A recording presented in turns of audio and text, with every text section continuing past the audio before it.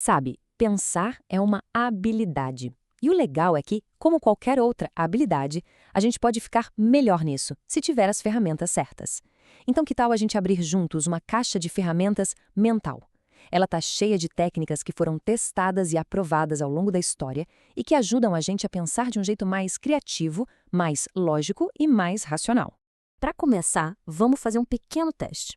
É um quebra-cabeça bem rápido, só para aquecer os motores da mente e mostrar por que essas ferramentas são tão importantes. Prepara aí. Pensa rápido, hein? Qual é a primeira resposta que pulou na sua cabeça? Pode anotar aí o primeiro número que aparecer. Sem julgamento nenhum, prometo.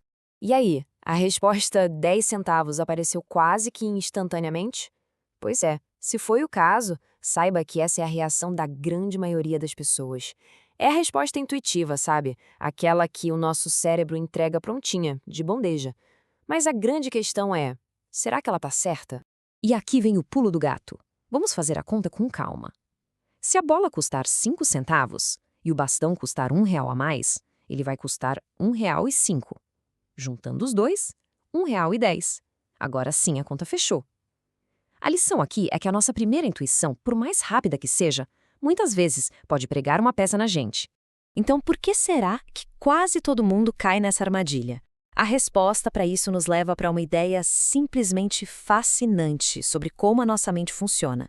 E entender esse conceito pode transformar a maneira como a gente toma decisões. A resposta está em dois sistemas de pensamento. Essa é uma ideia brilhante do psicólogo e vencedor do Prêmio Nobel, Daniel Kahneman. E olha, não são partes físicas do cérebro, tá? São mais como dois jeitos diferentes que a nossa mente tem de processar o mundo. O sistema 1 e o sistema 2. Vejam só a diferença gritante entre eles. O sistema 1 é como se fosse o nosso piloto automático, rápido, intuitivo, emocional. Foi ele que gritou 10 centavos. Já o sistema 2, ele é o pensador, lento, deliberado, analítico. É ele que para, pega o papel e a caneta, faz a conta e encontra os 5 centavos. O grande segredo da vida é saber quando usar cada um. E é exatamente aí que o nosso kit de ferramentas entra em cena. A ideia não é eliminar o pensamento rápido, de jeito nenhum. Ele é super útil. A questão é ter as estratégias certas para acionar o nosso lado mais analítico quando a situação realmente pede por isso. Pense nesse kit como se fosse um conjunto de lentes diferentes. Cada uma é um método para a gente visualizar problemas, analisar argumentos e testar ideias.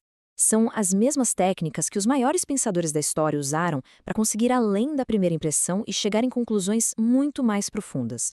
Para deixar tudo isso bem mais prático, vamos explorar duas ferramentas super poderosas desse kit. E o melhor é que qualquer pessoa pode começar a usar, tipo, hoje mesmo, para aprimorar o pensamento. A primeira ferramenta é a visualização. Nossos pensamentos são feitos de proposições, que é um nome mais chique para as ideias ou afirmações que formam um argumento. O poder de visualizar essas ideias é que isso pode revelar a estrutura lógica que, muitas vezes, as palavras sozinhas acabam escondendo da gente. Esse diagrama é um exemplo perfeito. A frase "nenhum sapo é filósofo" pode soar meio abstrata, mas quando a gente desenha com 2 círculos, um para sapos e outro para filósofos, e a gente vê que a área de interseção entre eles está vazia, pronto, a lógica fica clara como água. A imagem força a clareza.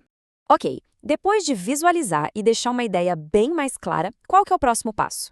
Bom, aí é hora de testar essa ideia, de confrontar as nossas crenças com a realidade. E esse, meus amigos, é um dos pilares do pensamento racional. E essa citação resume essa mentalidade de um jeito brilhante. O pensamento científico não tem medo de estar errado. Muito pelo contrário, ele busca ativamente pelas falhas, para poder se corrigir e assim chegar cada vez mais perto da verdade. E a ferramenta para isso é o famoso método científico, que não serve só para cientistas em laboratórios, viu? É um processo que qualquer um de nós pode usar. Primeiro, ter uma dúvida. Segundo, formular uma hipótese, um palpite sobre a resposta. Terceiro, criar um teste simples para ver se essa hipótese se sustenta. E, por fim, analisar os resultados. Um exemplo poderoso disso foi o que o físico Richard Feynman fez. Durante a investigação do desastre da ônibus espacial Challenger, ele fez algo genial. Ao vivo, na TV, ele simplesmente mergulhou um anel de vedação de borracha num copo de água com gelo. E com isso, ele demonstrou para todo mundo como o frio poderia ter causado a falha. Foi um teste simples, direto e com um efeito devastador. Então, Qual é a grande lição disso tudo? É que pensar melhor não é um dom, é uma prática. É um conjunto de hábitos que a gente pode cultivar, se inspirando na forma como os grandes pensadores encaravam os problemas que apareciam. E este resumo aqui é para levar para a vida. Primeiro, quebre problemas difíceis em partes menores. Segundo, sempre cheque o seu trabalho. Lembra do problema do bastão e da bola? Pois é. Terceiro, coloque suas crenças à prova. Quarto, pense junto com outras pessoas. Racionalidade também é o esporte de equipe. E talvez o mais importante de tudo, desacelere. Dê um tempo para pensar, dê uma chance para o seu sistema 2, o cérebro lento, brilhar. E tudo isso nos deixa com uma última pergunta, uma reflexão. Com essas primeiras ferramentas em mãos, qual daquelas nossas crenças mais antigas, aquelas suposições que a gente carrega há tanto tempo, vai ser a primeira a ser colocada à prova? A jornada para pensar melhor começa justamente com a coragem de se fazer essa pergunta.